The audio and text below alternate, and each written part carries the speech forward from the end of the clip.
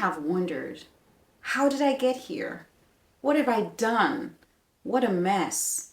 What have I made of my life?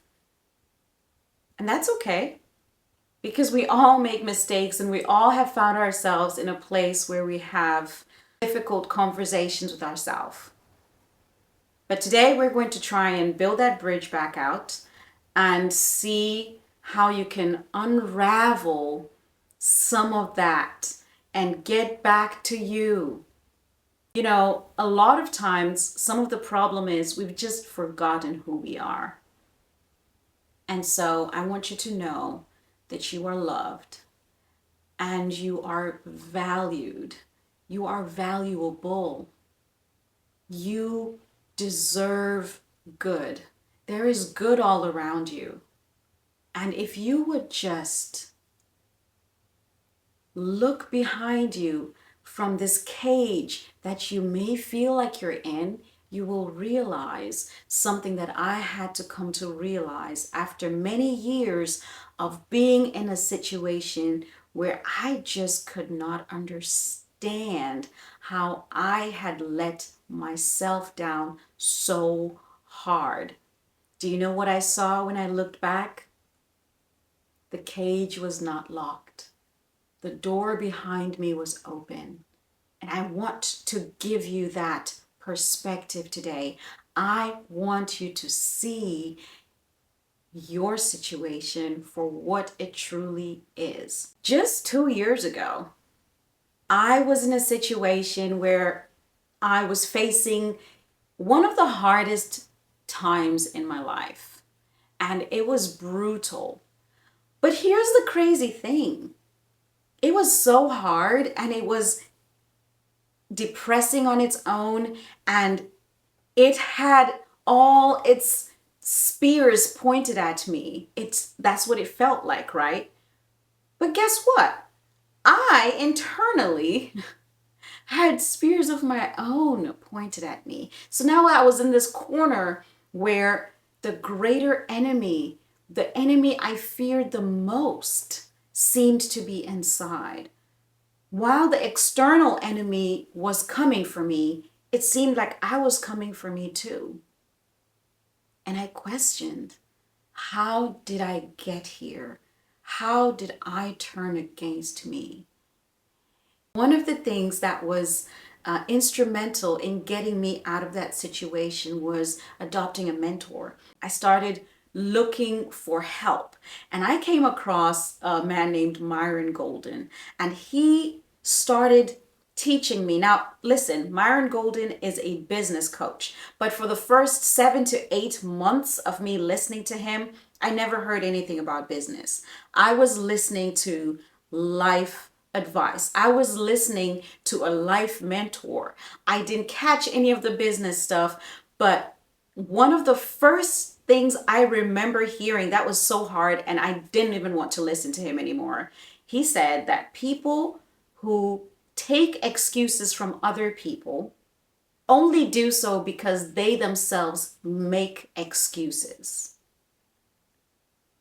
That was so hard for me to hear. That was so painful for me to hear, because I was like, no, it's not true. It can't be true. It can't be true. And the reason I was in this very difficult time in my life is because I was dealing with someone who always made excuses, who always failed and made excuses about the reasons that they failed. And so I was now looking at that like, okay, wait a minute.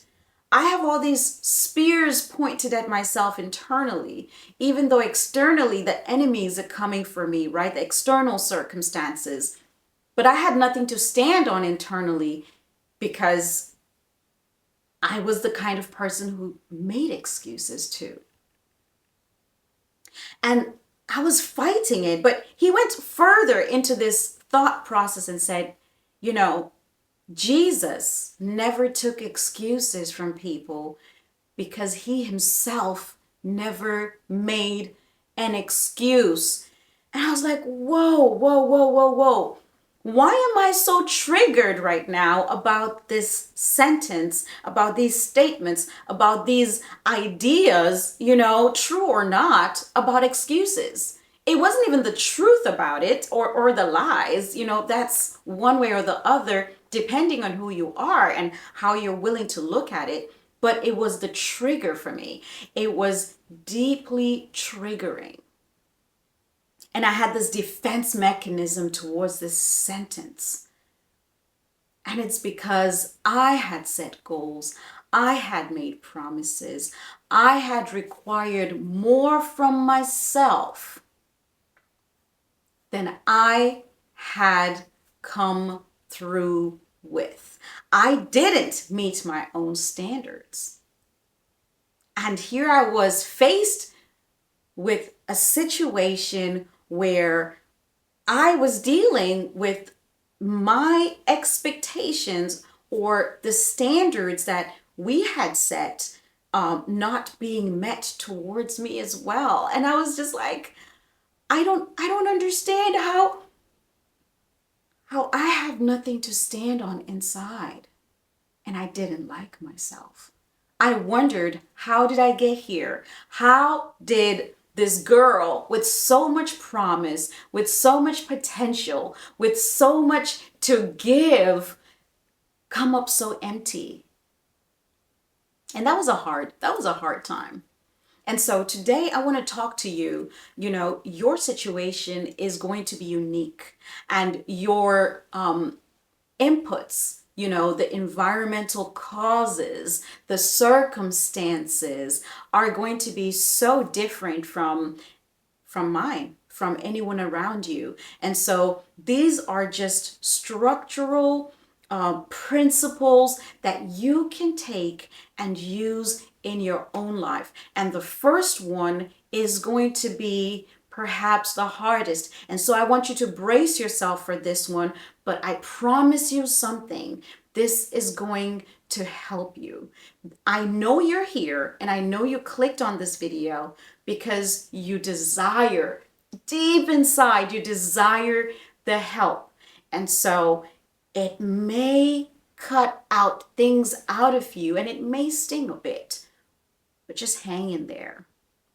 Hang in there. You can do it. You can do it. You can fall in love with you again. You can become the person you're proud of again. And you can undo those negative mental patterns that keep attacking you from the inside, and you can stand strong to the enemies on the outside. So here we go. The very first principle. Again, I adopted this one from Myron Golden, my online mentor. Now listen, Myron Golden doesn't even know I exist, but he is my online mentor because I have chosen to listen to and adopt his teachings. One of them states that you are the only person who has heard all the lies you've told. That's what Myron Golden says. I say, you are the only person in your life's audience as you are on this big stage who has seen every failure, seen every promise unmet. Yes, heard every lie. You're the only person who's watched yourself fail to meet every goal. Every time you said you would exercise, you decided to sit on the couch instead. And you're the only person who may know every single one of your failures. So it shouldn't be surprising that you're not your biggest fan, because fans love, and you're the same way. You love people who come through, and you enjoy the company of someone who says they're going to do something and then they do it. You are in close relationships only with the people who don't fail you. The people who fail you may be close, but you don't have a close inner relationship with them. And so now here you are, the person who has failed you the most. and you are having a hard time having a good relationship with yourself. That should be understandable. This is not an invitation to be upset at yourself, to lash out at yourself, to start having more negative thoughts towards yourself. This is a realization. It's just one of those words on the wall moment, okay? It is one of those facts in life. Okay, you have sat on the front row of your whole life. And if your choices and if your willpower and if your circumstances have bound you from your perspective in certain ways that you haven't come through for you, it's no wonder you're not your biggest fan. So how can you begin to change the narrative? Every good movie has a turnaround point, and yours is a good movie too. In case there's someone watching and you don't watch movies, I'm going to tell you just brief synopsis of how movies play out. So there's this person and they're ordinary, and then there's this crisis, and then it calls from them an extraordinary ability or a power. But at first, the bad guys are winning, and whether it's a fighting scene, the person is being punched down, and you will think that they're about to lose the battle. But there's something that happens. Sometimes it's a memory. Sometimes it's the why. Sometimes they envision their child, And as a mother, I have to tell you that my fight, my why, has been my children. My turnaround was my children. And I could just imagine them and I could envision them. And I wanted so much more for them than I was offering them, than I was allowing the external circumstances to call for them. And I was laying there helpless and being beat down and bruised and bleeding and feeling like, well, this is it. And then I had that flash of my reason. I was like, no, I am not giving up. I am not letting go. I am winning this fight. So this is that moment where you just take a pause if you need to off the video. Just hit pause. Think about your why. I want this to be practical for you. So I want you to think of your why. What is one reason? And you may feel like you don't have any, but I promise you, there's a reason. Sometimes it's buried deep. Dig deep. Find your reason. Find your why. Why are you watching this video? Why do you want to fight? Why do you want to like yourself again? Why do you want to be better? So find your reason. And when you've found that reason, hold on to it. Hold on to it for the rest of this ride, okay? You're gonna need some kind of buckle, some kind of grip. And so what happens is at that scene, when the person is being beat down, they have that vision of their why. And that vision enables them. It's like it turns on a button, a switch within them that wakes a different area of their ability up. So now it's not just Annie. I'm not just Annie. Now I'm Annie the blank, Annie the hero. I'm Annie the writer. I'm Annie who can sit in front of a YouTube video, the camera, in front of whoever, one person or more, who is going to watch this and not feel judged by myself. So you evolve in that moment where you decide that you're going to fight. This is your moment because you're still here, because you're still watching. And so here in the scene, everything changes. That's you. Everything changes now because you decide you are going to fight back. But not just fight back, you decide you're going to win.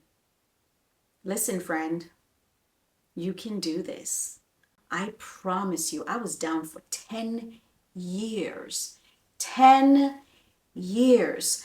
Maybe you've been down for longer. Maybe it's been 2 months. Maybe it's been 2 weeks too long. Maybe it's been 2 days or 2 hours. It doesn't matter. It's your time. It's time for the narrative to change. I wish I hadn't been down for 10 years. You know, if I had the opportunity, if I had the mental bandwidth, I would have done it sooner. So, number one, number one, decide that something is going to change. And that something is going to change today because you can change the narrative. You can become the person who does the things you're going to do. And how do you do that? I will be very practical with you. You remember that you're down. You're laying there like a newborn. You're helpless, right? And you're turning things around. You need to treat yourself with grace, with kindness, and with, if you've been around a newborn, treat yourself like one, okay? Just hold yourself gently. Get up. Don't expect you to get up and run and sprint, okay? The first few blows may be weak ones, but you're getting up, okay? So set very realistic expectations. Instead of saying, I'm going to get up and I'm going to start jogging for 5 miles. Nope. I'm going to get up and I'm going to do a 10-second exercise. 10 seconds. 10 seconds. Because when you win that 10 seconds, guess what the audience sees? You're the audience. Guess what you see? You see, oh my goodness. Wow. I said I was going to do 10 seconds. I did 10 seconds. Whoa, that person is a hero. I like that person. And so you want to set simple expectations. Don't say, oh, you know what? I'm going to turn my health around. I'm never eating cake again. No, you probably are. But the next time you have cake, leave one bite on the plate. One bite. Leave that one bite and say, I'm stopping here. I'm done for today. I ate the whole cake, but I left a bite. You're the hero now. You're the hero. So please be kind to yourself during this process. Another reason you may not like yourself very much is because you are holding so much in your hands, in your head, on your shoulders, on your back, that you're in pain from all of it. It's just heavy. It's just heavy. You've held on to the things someone said to you in kindergarten. Probably in daycare, if you have a memory like mine. I have a memory of myself at age 3. You know, it's funny because I was telling my children this story the other day. One of my daycare mates, you know, it was a girl. And I know her till this day, and I don't have any bad feelings about her. But if you have a memory like this, beware, okay? So she used to throw tantrums, and she was just a very opinionated, headstrong, you know, there are very good qualities to that, but it was just tantrums and complaining and hitting and kicking and fighting with the other children. And she used to bite. And so I was telling my children a story of one time when she bit me because we were having a challenge. They were asking me stories and they'd pick an age and I'd tell them a significant story that I remember from that age. And so at age 3, I remember this girl and she would fight and kick and fuss, and she bit me right here on my arm. And it hurt so bad, and I cried. And of course, the teachers came to my aid, and you know, they tried to help her out and all this kind of stuff. And I'm just like, oh, I remember that. And she's my friend, and I don't have any bad feelings towards her. But some of you are carrying that. And you're like, oh, that girl is so mean because, you know, she bit me. You know, she's always been a biter. Maybe. But maybe you need to let that go. Maybe you need to let go of what happened in 2nd grade. And when I'm talking about this, I'm not talking about deep wounds, traumas, abuse, sexual abuse, and physical abuse that you may have suffered that you really need professional help undoing. That will help you take it off your shoulders as well. You know, oftentimes we are not encouraged enough to seek professional help. I have this great example with my last child. Now, let me give you a little bit of background. I love home births. I've had C-sections, I've had push babies, and I just love home births. So with my last child, I remember looking forward to her birth. I had my room set up, I had lights, and I had my camera positioned. The close of the day came. I was so excited. So the morning of my birth, it was about 4 a.m. and I started to feel some contractions. So I'd felt contractions before, but this one was different. So I was like, I think this is it. This is it. And so I went to the bathroom, and after I peed, my water broke. Water breaking is where the sac that contains the baby, it's full of water, and that water starts to leak out. For those of you who may not be familiar with birth. So my water started to leak out. That means the baby sac has broken, which means the baby is coming. So I was so excited. I called my midwife. She was on her way, and I was laying in bed just resting because I know how birth works. It's going to get worse. The pain is going to get harder, but I was mentally ready. And it's going to be so excruciating. But at the end, guess what? There's a baby coming. I get to meet my baby. The pad that I was laying on that was containing all this liquid, it felt like it was full, and I was wet all the way to the middle of my back. And so I felt it just to see how far it had gone. But as I felt my back, my hands were a bit sticky. I was like, this is a bit thick. It feels sticky. So I brought my hand back, and it was red. I had been bleeding this whole time, thinking that my water was just gushing out. The ambulance came, and here's what I tried to do, you guys, because I was not in my right mind. I tried to get up and walk to the ambulance, and everyone had to stop me in this emergency. No, no, no, just wait. We've got you. We're going to take you. We're going to carry you. We're going to transfer you, because they knew that if I stand up and whatever the cause of my bleeding is, it's going to have gravity to it. So it's going to get worse. So they had to maintain me in this position. Now, as a nurse, I should have known that. But in that moment, in the situation, you don't need to know anything. Give yourself the grace of going through the circumstance. And you're not the expert when you're in this situation. Listen, a surgeon is not going to operate on himself. Somebody else is going to have to do it. So here I was. They transferred me to the little wheeling bed. They took me out. It was the hardest day of my life because I said goodbye to 4 of my children, not knowing if I was going to see them again. But do you know what? I allowed these people to help me in a situation where I could not help myself. It was too much. This was past my abilities for self-help.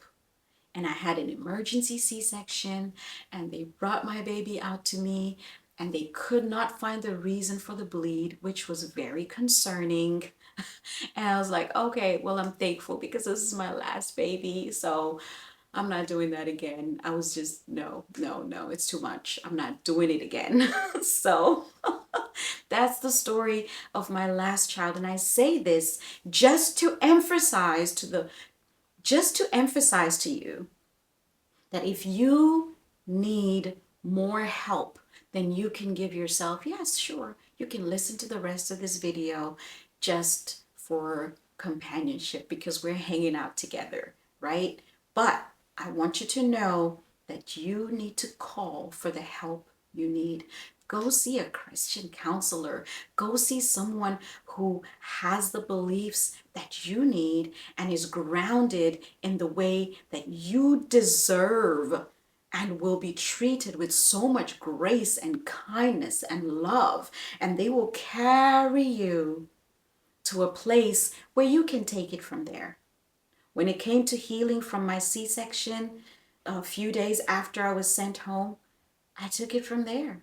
I was able to make sure to put the ointment on and to, check on it, make sure it's not getting an infection. Guess what? If it had got an infection, it's not me anymore. So don't be alarmed if you have to keep going back or if you have to stay for a while with a counselor, with a professional, with a therapist, with someone who can help you take those burdens off of your back. They're too heavy. So again, this point is one of the reasons you may not like yourself as much as you should or could is because you are carrying these heavy, heavy, heavy bags that are just weighing you down and causing you physical, emotional, mental pain. And you need to let them go, whether through self-help or through professional services and help, or through community, or through books and, a course or a coach. Whatever it is you need to do, you need to do it because you need the help. Get those bags off your shoulder and you will see that you will have so much more capacity for you and for your goals and for your pursuits. One of the heaviest bags we carry, I didn't think I would go here. One of the heaviest bags we carry is unforgiveness. When you're holding on to something someone did to you at some point in, let me tell you, that person is gone on with their life. They're probably hurting someone else, if that's just who they are, or they're done hurting people and they've repented and they've, but whatever it is, it doesn't matter. It doesn't matter what that person is doing. What matters is what you're doing, where you are, because they've moved on to do whatever. But here you are, and you're still carrying it, and it's hurting you. And unforgiveness is, I love this saying, it's this poison that you take, hoping that it's going to hurt that person who did that thing to you. And all the while, it's just poison for you. It's killing you. It's killing you. And this is where science is so beautiful because it takes approximately 21 days to rewire your brain. Let me tell you, it can be as simple as declaring it. You say, I forgive, this is a made-up situation, I forgive Edward for lying about me and costing me the best job I've ever had in my life. I forgive Edward. 21 days. Every day you're letting it go. Write Edward a letter that you'll never send to Edward, by the way. Doesn't matter. Now, if it's someone close to you and you want to make a connection and you want to connect with them, that may be healthy. If you need a third party, get someone else involved. If you think it might not go well, get someone else involved and then invite them to a round table. However, if it's just Edward is dead, Edward is long gone, Edward has moved on with his life, write him a letter, burn it, trash it, throw it, whatever, but let it out. Talk to someone about it. Whatever you need to do, please, please, please. I've tried it, okay? I've tried holding on to unforgiveness and hurting and thinking about it, and your blood pressure goes up and you feel yucky. And you're like, how could they do this to me? True, how could they do that to you? It was unfair and it was hurtful and it was unkind and it was not necessary. It should have never happened. But it did, and it hurt so bad. And you just don't see how you can get past it. But you can only get past it by putting it down. By saying, you know what? They did that to me. That was their loss. I was the best thing that happened to them. And they will never find whatever it is, whatever situation it is, okay? So please work on that. I wasn't even going to go there, but that's just extra. The third and final reason you may not like yourself that we're going to talk about today, there may be so many, I understand. But this one is really, really, really good. And that is that you may not like yourself because you treat yourself worse than the people that you know don't like you treat you. Was that too confusing? I am saying that if someone speaks badly about you and you don't like that and it makes you feel bad, well, do you speak well about you? Do you have negative thoughts about you? Do you have negative expectations of yourself? And yes, it may be related to the previous things we talked about, but this is different because if you are just the person who proliferates, who expands, who continues the negativity towards yourself, it's no wonder you don't like yourself, because you are not being any nicer to you than the people that you know clearly don't like you and that have been going against you for years or months or weeks or whatever. The person in the grocery store who is so terrible to you, are you kinder to you than that person? So let's unpack this a little bit. When it comes to kindness to yourself, this goes so many places. Yes, we're talking about the thoughts you have about you. When you stand in the mirror, what do you say? Do you repeat the voice of the enemy towards yourself? And when I say enemy, I mean, yes, the physical enemy, the person who said you were not beautiful, the person who called you names, the person who said that thing about your nose. Do you repeat those things to yourself more often, i.e., daily, every time you're in the mirror? Because they're not even doing that. They might have said it one and done. Are you being cruel to you? The enemy is the actual enemy. As a Christian, the enemy of your soul, the enemy, the devil, who says, hey, you're no good. You will never be better than that thing that you did. You will never be forgiven. Are you repeating those voices to yourself? Are you being the automation of the enemy's voice to you? How else can you be more than an enemy to yourself? Well, if I, if, you know, I've always had this issue with exercise, and it stems from my past. No, I've dealt with it now. So I do exercise because I make myself. But I had an issue with exercise for the longest because growing up, I was so thin. I was so thin that people called me anorexic. Now, I didn't have the actual illness of anorexia, which is something that can be helped. Listen, there's nothing that you're going through that doesn't have a solution, that doesn't have a cure. I just need to say that to you because when I'm going through my stuff, I feel like that's it. I'm the only one and there's no exit.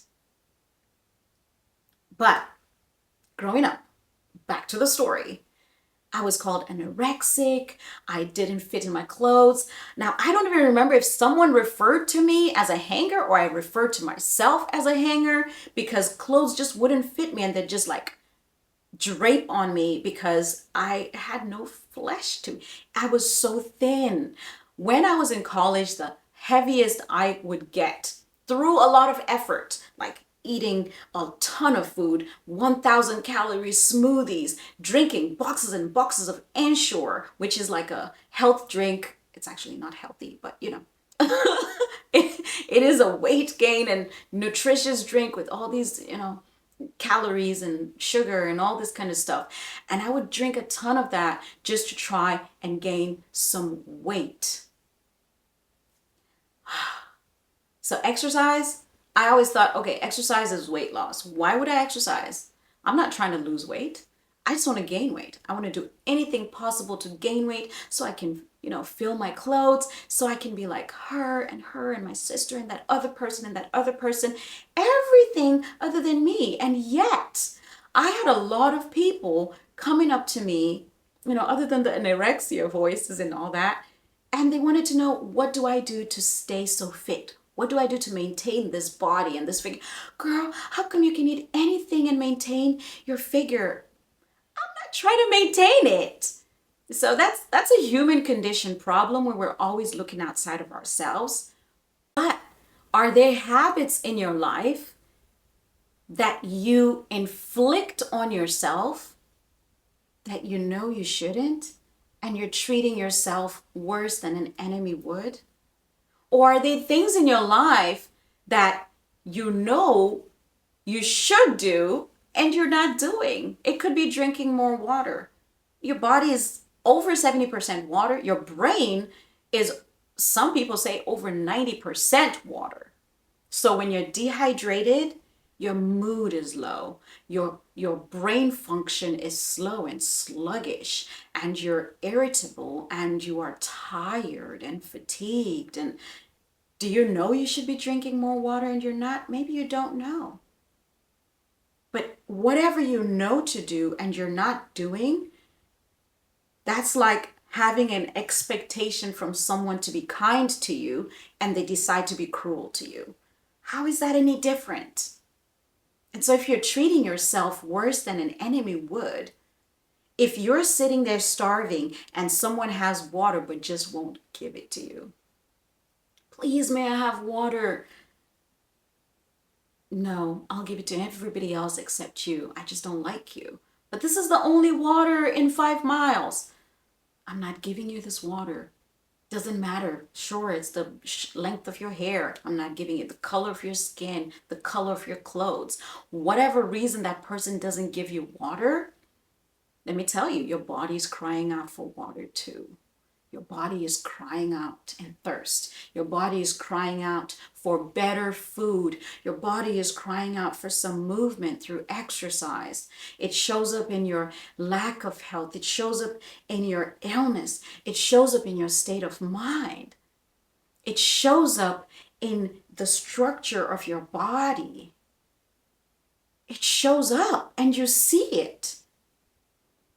But you're not being kind to you. And so you're having this trouble liking yourself because you're not kind to yourself. So what could you do about that? Because I don't want you to go off with woes. This is not a woe. This is just a revelation.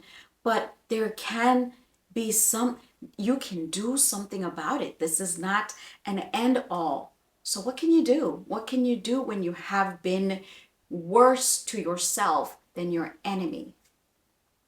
Again, it's an opportunity, it's an invitation for doing something different. Whatever it is, if it's the negative voices, do you know that yes, you do stuff to you because, okay, so this is complicated. It's not complicated, but I want to make sure that it comes out plainly. Your brain is an incredible machine, better than AI. Trust me, and AI is pretty good, but your brain is better. Your brain is way better than that. You can tell your brain what to do through your words, or you can tell your brain what to do through your actions. Whichever one is easier, take that route. So, in certain circumstances, getting up to exercise will tell your brain that you like exercising. And the more you do it, the more your brain is like, whoa, we love exercise. Let's exercise. And then the thought to do it becomes easier. And then you start to enjoy it. And then now, before you know it, you're like, I love exercise. I'm getting there, y'all. I'm getting there. I'm getting there by faith. Or you could do it the other way around. You can start to say that you like to exercise. This is not the woo-woo affirmations, bring things to life. Only God can do that. But this is one of those situations where you can tap into something from your past. Just give your brain something to hold on to. It's like testimony service, right? When we don't feel like God is so good in our lives and we're like, but that one time he came through, oh, he's good. We just need a reminder, or someone else shares their story and we're like, oh, I'd forgotten how good he is. I can go to him and he's going to help me with this thing. The same thing with your mind. He made us in his image. Same thing with your mind. Listen, you can actually say, I love exercising. Remember when I was 7, I was jump roping with my friends. It was so fun. We were having such a great time exercising. I love exercise.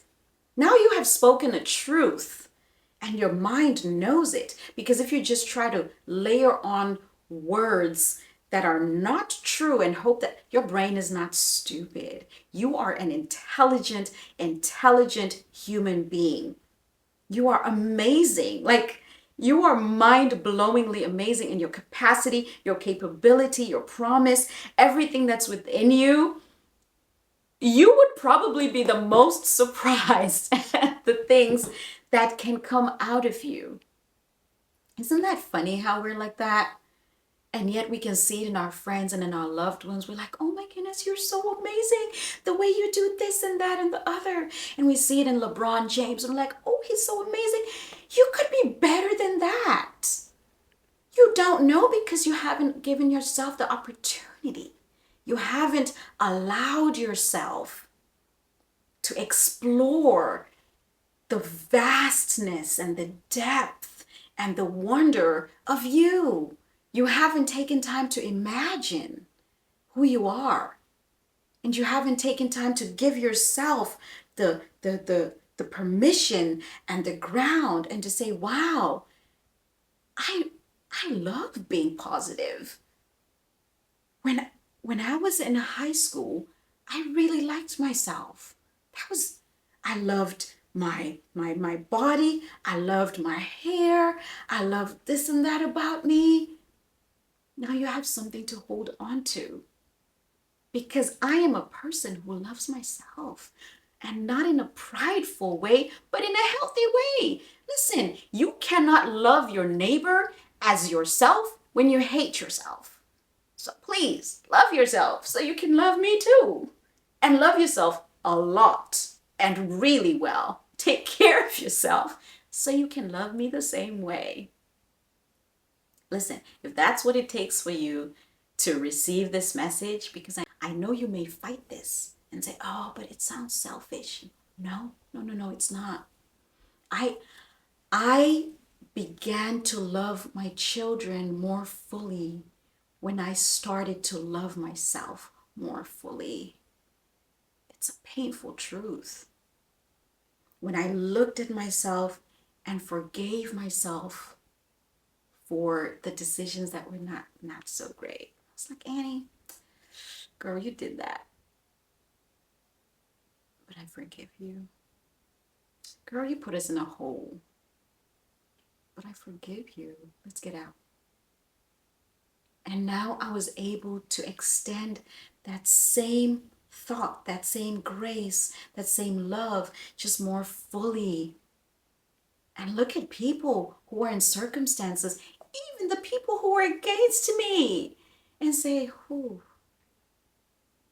but I forgive you. Now let me get out."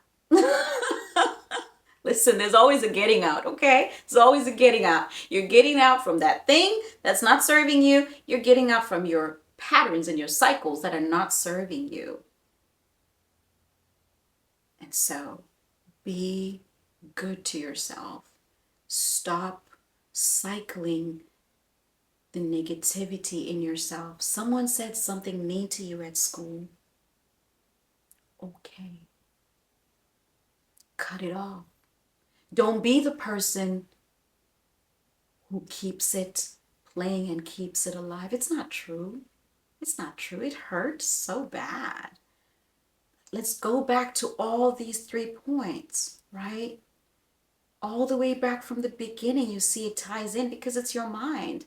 This is mental health at its basis. These are the foundational principles for you to become the person that you like again.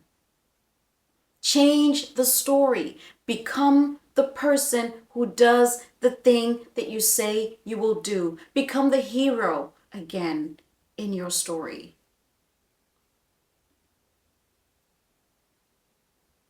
Let go of the bags. Let go. It wasn't that, some of it wasn't that serious. Some of it was very, very, very bad. But here's the thing about a personality that holds on. We hold on to all of it. I know. We hold on to all of it. All of it. The silly, the small, the big. And here's the thing about becoming the person who lets go. You will let go of all of it. You will let go of that thing that person says. It won't even touch you anymore. It'll just flow down. You'll be like, oh, I feel so bad for you that you have those kinds of thoughts. I feel bad for the person who leaves negative comments on every video they go to. Why are you there? I'm sorry that you wasted your afternoon. You should have left that video, this video, if it's you. But I welcome you because you can actually change that. You can actually decide that you're not that person. You're not Debbie Downer anymore. And you don't have to push people down in order to try and elevate yourself. You don't have to place stairs on people's heads, on people's emotions. If you've noticed, it doesn't get you anywhere. Because as you step on that person, instead of you going up, you go down with them. All you've done is push them to the ground. You're on the ground too. But somehow that hasn't clicked. But we can let go. We can let go of those moments. We can forgive. You can get the help you need when you're carrying some really big, heavy things. You can get the help you need. Get the help you need. Maybe I need to say it more affirmatively. Get the help you need. You can do it. You're not the first. Ooh, this might trigger somebody, but I promise you this is not meant to trigger. So please, please, please turn the trigger dial down. You're not the first person to go through that hard thing. That thing. You're not the first person. You're not the first person to go through a death, even if the person was taken from you by force. You're not the first person to go through the abuse. You're not the first person to go through the divorce and the constant emotional damage and the children looking bad at you because they don't understand, and you are not the first person for people to talk badly to. You're not the first person to lose everything because someone lied about you. You're not the first person. You're not the first person. You're not even the first person if you go to the moon. So you're not the first person. It's hard, but it's necessary to know because it can be comforting. Let me tell you, there are groups out there. There are people who are healing together from whatever it is you have gone through. That's how I know that I'm not the first person, because there are these places that I can walk into and everybody's like, welcome. Hey, I understand. The people around you may not understand, but there are people who do. There are counselors, there are therapists who do. There are people who can walk you through. Ooh, I cannot leave without saying this, but there's Jesus who does get it. He gets it. He gets it, guys. He gets it. I know. But you're like, but he was God, but he gets it. And the people that he came and gave everything for spat at him and threw him on a cross and nailed him and killed him. And no, even if that doesn't resonate with you, there's someone else who looks like you, is around your age, who has children like you, if you have children, who has life circumstances that are similar, and they've been able to put it down, and they can say, hey, sis, hey, bro, listen, this is how I put my Why am I whispering? You won't even hear me well. But they'll say, this is how I put my bags down. And you can do it too. You can come through 10 years. 10 years I was down. Today, I'm throwing punches. Guys, my story is not over. Yours is not either. I'm still throwing punches. I'm still throwing punches. I'm not the hero yet, okay? But I'm becoming the hero though. I'm becoming the hero. You know why? Because I'm not quitting on throwing the punches. I'm not stopping. I have my why. I have my reason. I have so much ahead of me. I have promise. I have potential. I am intelligent and I am capable. But mostly, I have so much to give you. I can't give up. I have so much to give you. I have so much information. I have so much help. I have so much love. I have so much care. And I'm going to give it to you and I'm not going to stop. And I'm not going to let anything stop me. Because if you can get the help you need faster than I got the help I needed, or you can even avoid some of the not so intelligent decisions that I made when I was being my enemy. If you can do that, then I have lived well and I have done my part on earth. And I know something for sure. Let me tell you guys, I cannot bake a cookie to save my life. Now, I know the research, I know mental health, I know physical health. I'm a nurse, I'm a wellness advocate. I cannot bake a cookie, a good cookie, to save my life. My 8 and 10-year-old girls bake such amazing cookies. I try, I follow the directions, I do. It's not my gift.